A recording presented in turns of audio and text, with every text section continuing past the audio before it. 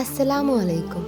നമസ്കാരം ശരിയായി കോൺസെൻട്രേഷൻ ഇല്ലാതെ നിർവഹിക്കപ്പെടുന്നത് ഇന്ന് ഒരുപാട് മുസ്ലിം വിശ്വാസികൾ നേരിടുന്ന വലിയ കഷ്ടപ്പാടാണ്. അതിൻ്റെ പിന്നിൽ എന്താണ്, പരിഹാരങ്ങൾ എന്താണ്? ഇതൊക്കെയാണ് ഇന്നത്തെ വീഡിയോയിൽ. ഓരോരുത്തരും പലപ്പോഴും പറയുന്നത് ഇതാണ്: ഞാൻ നമസ്കാരം ചെയ്യുന്നു, പക്ഷേ ശ്രദ്ധയില്ല. പലപ്പോഴും മനസ്സ് തിരിഞ്ഞു പോവുകയാണ്. പുറം ശരീരം മാത്രം സുജൂദിലാണ്, ഹൃദയം എവിടെയൊക്കെയോ പോകുന്നു. ഇത് നിങ്ങൾക്ക് മാത്രമല്ല, പലർക്കുമുള്ളതും ഖുർആനും ഹദീസും ഇതിനെക്കുറിച്ച് വ്യക്തമാക്കിയതുമാണ്. നമസ്കാരത്തിൽ ശ്രദ്ധയില്ലാതാകാൻ നിരവധി കാരണങ്ങളുണ്ട്. ദുനിയാവിൻ്റെ ഭാരം, അതായത് ജോലി, സ്ട്രെസ്, അതുപോലെ സോഷ്യൽ മീഡിയ ഉപയോഗങ്ങൾ, ഇതൊക്കെ നമസ്കാരത്തിൽ ശ്രദ്ധയില്ലാതാകാനുള്ള ഒരു കാരണമാണ്. കൂടാതെ നമ്മുടെ ഹൃദയം ശുദ്ധമല്ലെങ്കിൽ നമസ്കാരത്തിൽ ശ്രദ്ധ കിട്ടില്ല.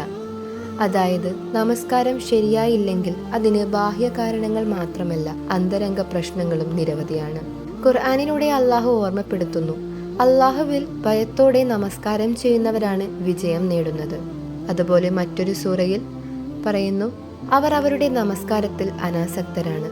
ശരീരം മാത്രം ചലിപ്പിക്കുന്ന ഒരു പ്രവൃത്തിയല്ല നമസ്കാരം, ഹൃദയവും ദേഹവും ഒരുപോലെ ഏർപ്പെടേണ്ടതാണത്. നമസ്കാരത്തിൽ ഫോക്കസ് ചെയ്യാൻ വേണ്ടി നിരവധി പരിഹാരങ്ങളുണ്ട്. 1. തയ്യാറെടുപ്പുള്ള മനസ്സുമായി തുടങ്ങുക. വുളു കൊണ്ട് മനസ്സിനെ ശുദ്ധമാക്കുക, ശാന്തപ്പെടുത്തുക.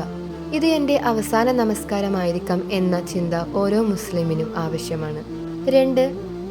നിസ്കാരത്തിലെ ഓരോ പ്രാർത്ഥനയുടെയും അർത്ഥം അറിഞ്ഞു മനസ്സിലാക്കുക. സൂറ ഫാത്തിഹ, അതുപോലെ മറ്റ് സൂറത്തിൻ്റെ അർത്ഥം, തസ്ബീഹുകളുടെ അർത്ഥം ശരിയായ രീതിയിൽ മനസ്സിലാക്കാൻ ശ്രമിക്കുക. അതിനായി ഇന്ന് നിരവധി മാർഗങ്ങൾ നിങ്ങൾക്ക് മുമ്പിൽ അവൈലബിൾ ആണ്. 3. പ്രയർ സ്പോട്ട് ചേഞ്ച് ചെയ്യുക. അതായത് മനസ്സിന് ഇഷ്ടമുള്ള, ശാന്തമായ, ശുദ്ധിയുള്ള നല്ലൊരു സ്ഥലം തിരഞ്ഞെടുക്കുക.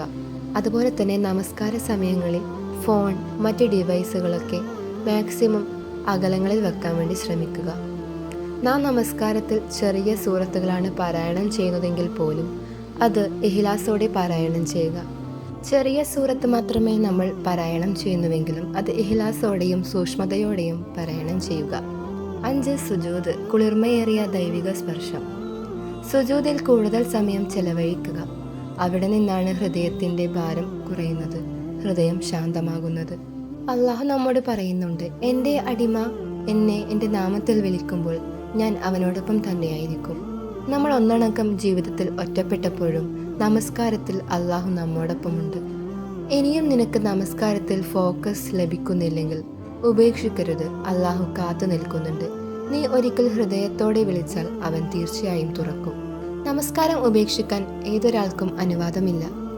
അത് ഇഖ്ലാസോടെയും സൂക്ഷ്മതയോടും നിർവഹിക്കാൻ ഓരോരുത്തരും ബാധ്യസ്ഥരാണ്. അതിനുവേണ്ടി ശ്രമിക്കുക. അതിനുവേണ്ടി ഓരോ നിമിഷവും ശ്രമിക്കുക. അതുതന്നെയാണ് പരിഹാരവും. അസ്സലാമു അലൈക്കും വറഹ്മത്തുള്ളാഹി തആല വബറകാതുഹു.